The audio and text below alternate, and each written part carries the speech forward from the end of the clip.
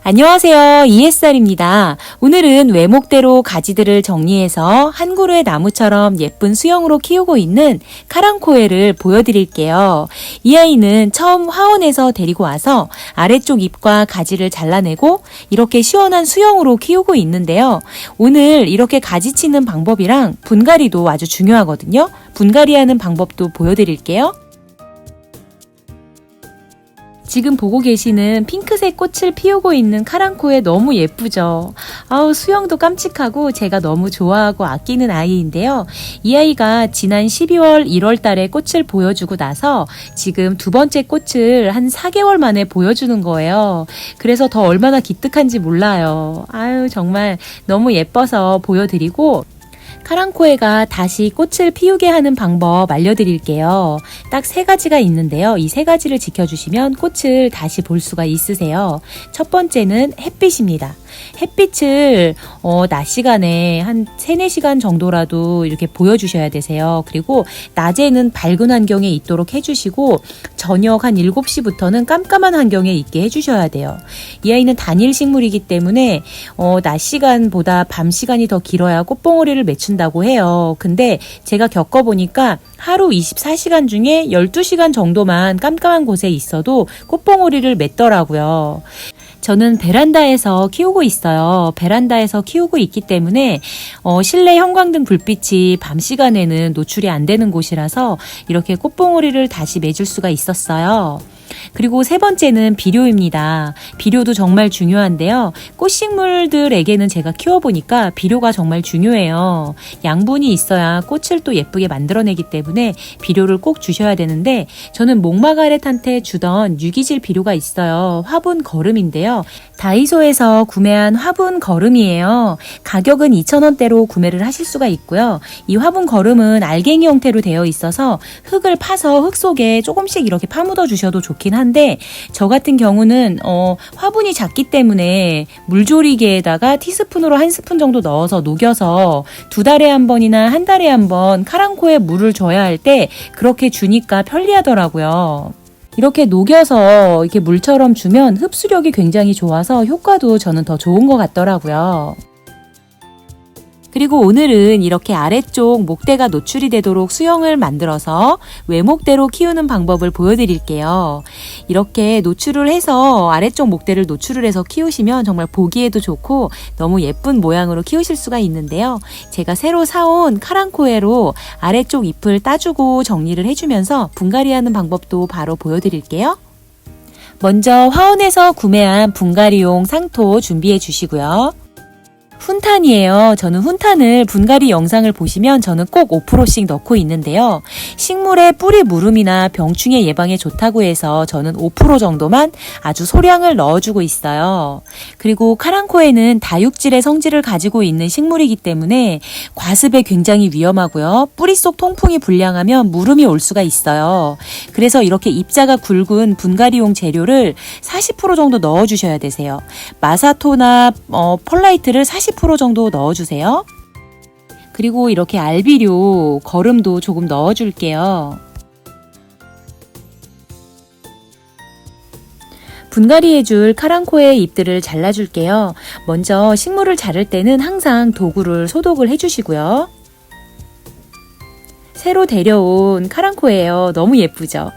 쨍한 컬러감이 너무 예뻐서 데리고 왔는데요. 이렇게 뽑아보시면 저는 뿌리를 많이 건들지 않아요. 뿌리를 건들면서 분갈이 해보니까 죽는 경우가 많았어요.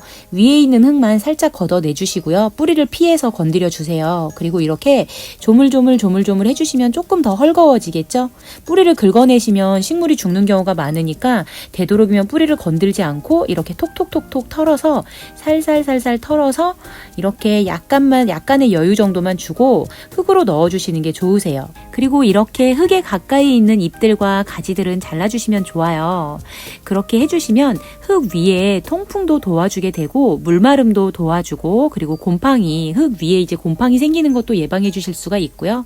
이렇게 아래쪽 줄기가 노출이 되면 보기에도 예쁘고 저는 이렇게 해주는 편인데 어느 정도 조금만 이렇게 잘라주시고 꽃은 보셔도 괜찮아요. 저는 아래쪽에 있는 꽃들도 이렇게 잘라줘 볼게요.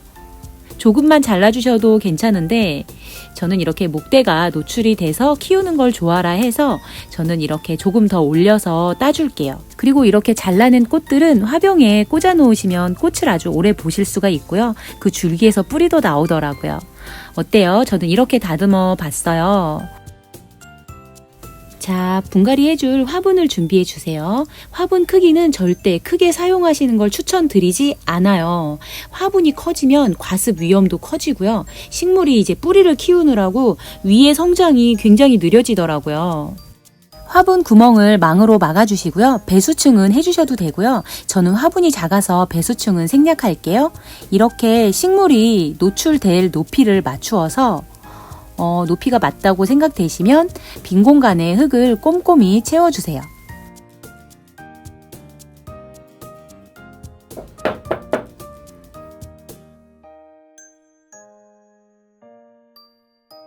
그리고 옆면을 톡톡톡톡 두드려서 이렇게 흙 속에 흙들이 다져지도록 도와줍니다. 자, 이렇게 분갈이 완료했고요. 그리고 이 아이는 노블 카랑코에예요. 꽃이 커서 예뻐서 데리고 왔는데요. 일반 카랑코에랑 비교를 해보시면 꽃의 크기가 이렇게 4배 정도? 한 3배 정도 큰 꽃을 보여주는 아이고요. 이 아이도 아랫잎을 따내고 분갈이를 해볼게요. 보시면 화분은 저는 토분에 심으시는 걸 추천드려요. 카랑코에를 제가 키워보니까 카랑코에는 과습이 굉장히 예민한 아이거든요. 그래서 토분에 심으시면 토분이 흙 속에 있는 물마름을 도와주기 때문에 아주 큰 도움을 받을 수가 있더라고요.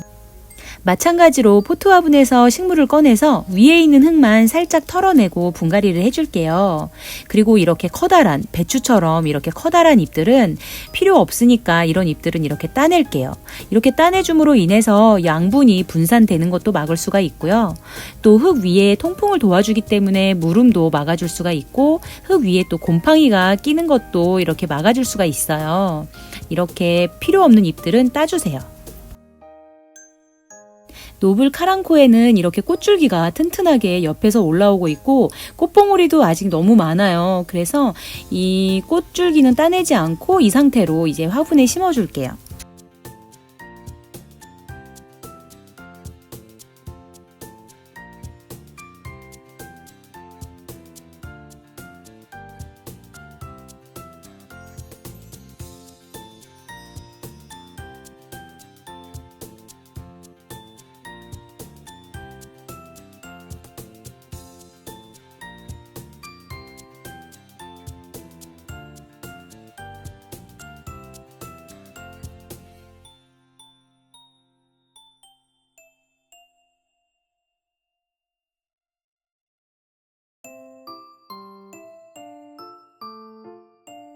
가지치기 할 때 잘랐던 꽃들이 너무 싱싱해요. 아직도 너무 예뻐서 이 아이들은 물에 꽂아서 며칠 동안 보도록 하겠습니다.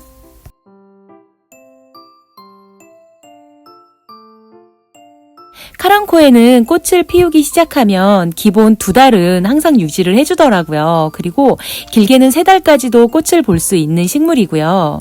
환경만 맞으면 계절에 관계없이 꽃을 피워주기 때문에 가성비 최고라는 생각이 듭니다. 그리고 물을 주실 때 굉장히 중요해요. 속에 있는 흙까지 완전 바싹 마른 다음에 물을 주셔야 하고요. 과습으로 보내지 않으시려면 물 주기를 아주 게을리 해주셔서 키워주시면 좋을 것 같아요. 그리고 제가 이런 가지들을 잘라서 삽목을 해서 키우고 있는 아이들이 이 앞에 있는 이 꼬맹이들이에요. 이 아이들도 카랑코에들인데요.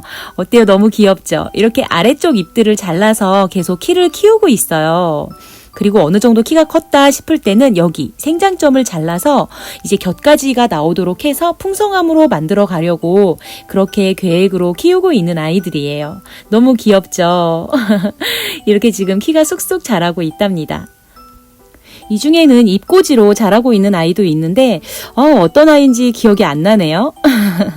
오늘 영상은 여기까지이고요. 오늘도 영상 끝까지 함께 해주셔서 너무너무 감사드려요. 다음 영상으로 또 찾아뵐게요. 감사합니다.